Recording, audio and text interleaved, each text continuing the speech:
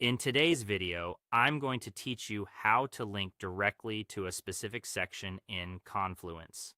We'll start by opening the Confluence page that contains the exact section you want people to land on. Take a moment to scroll to that section so you can see how it's structured. You'll want to confirm you have the right page in the right spot before you create the link.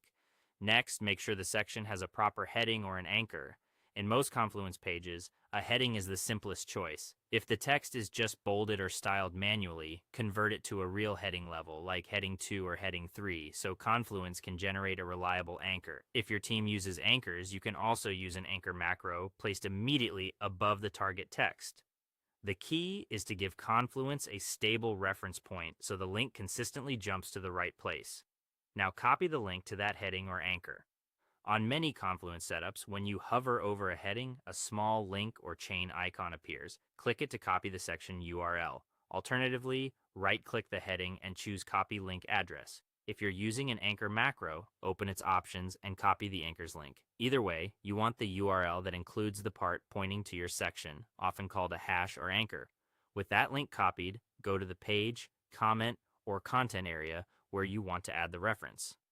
Place your cursor in the right spot and type the text you want people to click, such as the section's name or a short call to action. Highlight that text so it becomes the clickable link. Then open the hyperlink field. On most keyboards, pressing Ctrl plus K or Command plus K does the trick. Paste the section link into the field. You should see a preview or confirmation that it's pointing to the correct destination. Confirm or insert the link to finish. Finally, publish your changes and test the link.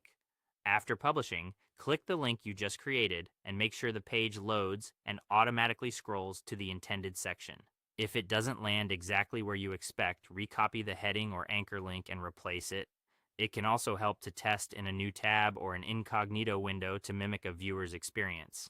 Once it jumps to the correct section reliably, you're all set. This approach keeps your documentation scannable and saves readers time by taking them right to the information they need.